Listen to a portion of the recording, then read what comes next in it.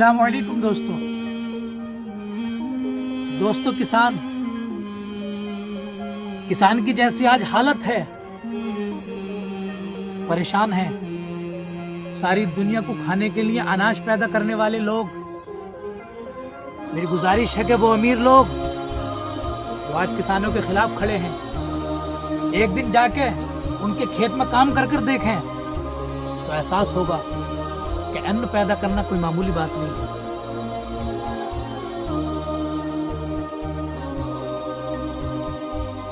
और कौम के अंदर एक ये सिर्फ ऐसी कौम है जो अल्लाह के नबी के दौर से आज तक ईमानदार कौम बनकर उभरी है। दोस्तों, एक किसान को किसी ने जमीन बेची और जमीन बेचने के बाद में उसने उससे अपने पैसे लिए कि मैंने तुझे जमीन दे दी है, अब ये जमीन आज के बाद में तेरी हुई। कुछ जमीन उसे बेचकर वो अपने घर पहुंचा। किसान जब खेत पर पहुंचा तो खेत में जाने के बाद में अन्न उगाने के लिए उसने अपनी खेत की खुदाई करनी शुरू की। तो देखता क्या है कि अल्लाह पाक की बहुत बड़ी कुदरत कि उस खेत के अंदर जिसमें वो अन्न उगाना चाहता था, सोने की खदान मिली।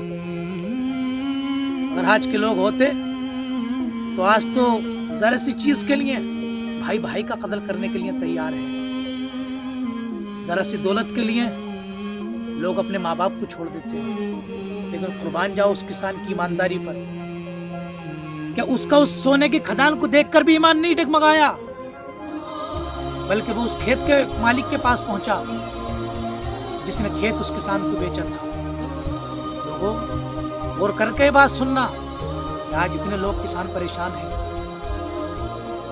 वो परेशान है जो सारी दुनिया को अन्न खिलाते हैं। सोने की खदान देखकर जब वो उस इंसान के पास पहुंचा कि जिसने खेत उसे बेचा था, उसके घर जाके उसने दस्तक दी। घर पहुंचा। जब वो घर पहुंचा तो जिसने उसे खेत बेचा था, किसान उससे कहने लगा कि भाई, तूने जो खेत मुझे बेचा था, आज जब मैं उसे खुदाई करने के लिए खेत पर पहुंचा तो खेत के अंदर सोने की खदान मिली है।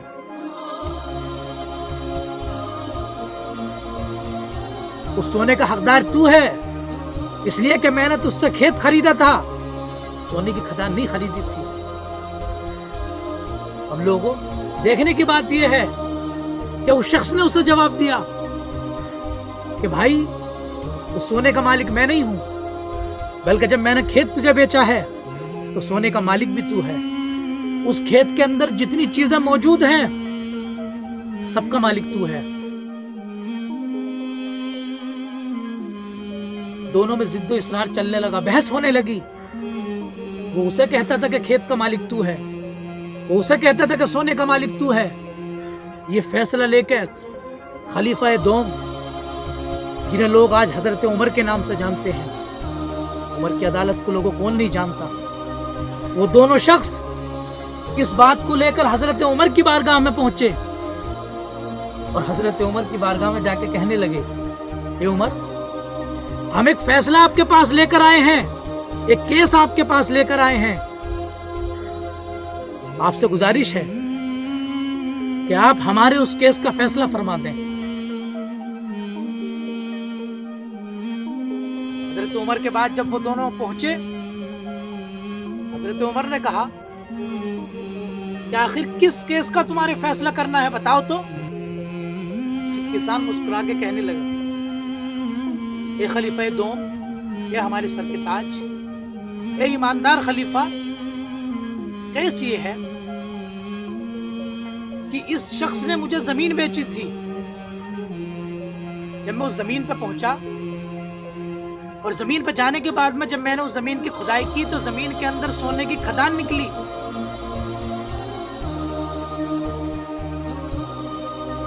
तो ये उमर, मैं फैसला इस चीज का कराने के लिए आया हूं कि मैं ये कहता हूं कि मैंने सिर्फ इससे जमीन ली थी, वो सोने की खदान मैंने नहीं ली थी।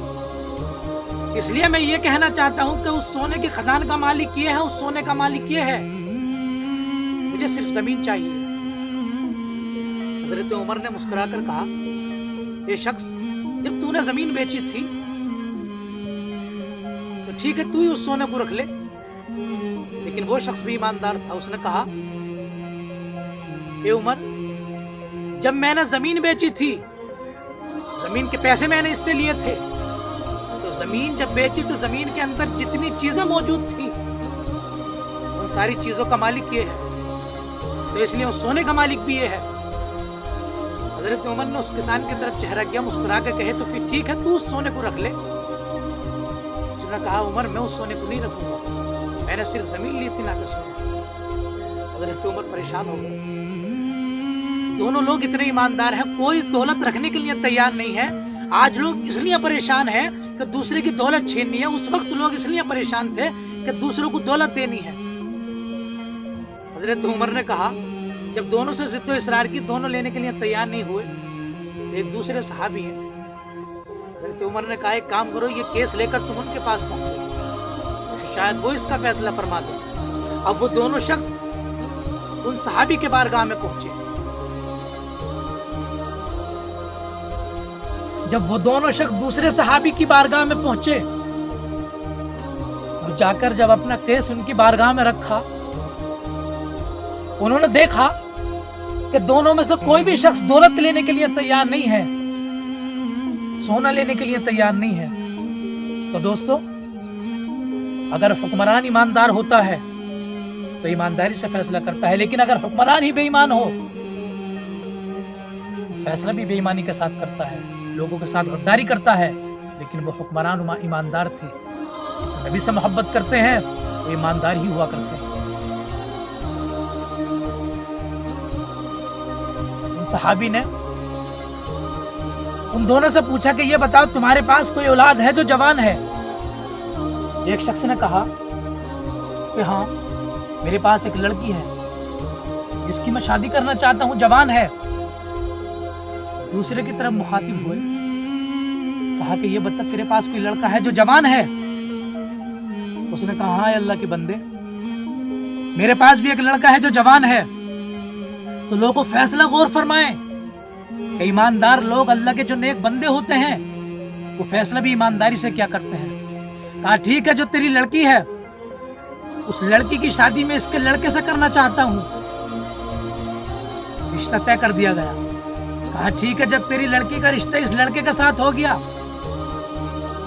तो ये सोना जो तेरी जमीन के अंदर मिला है, मैं वो सारा सोना दहेज में उस लड़की को देना चाहता हूं। जितने लोग बैठे थे, लोगों सब मुस्कुराने लगे कि बेशक जो अल्लाह वाले होते हैं, जो ईमानदार होते हैं, वो फैसला भी ईमानदारी से करते हैं। लोगों कहने का मकसद ये है कि ईमानदारों का साथ दो, ईमानदारों को हुक्मरान बनाओ, ईमानदारों से मोहब्बत करो, चाहे तुम्हारी जिंदगी क्यों ना चली जाए, ईमानदारों का साथ मत छोड़ना। अगर तुम ईमानदारों का साथ दोगे तो दुनिया और आखिरत के अंदर अल्लाह पाक तुम्हें आबाद फरमाएगा। अस्सलामु अलैकुम।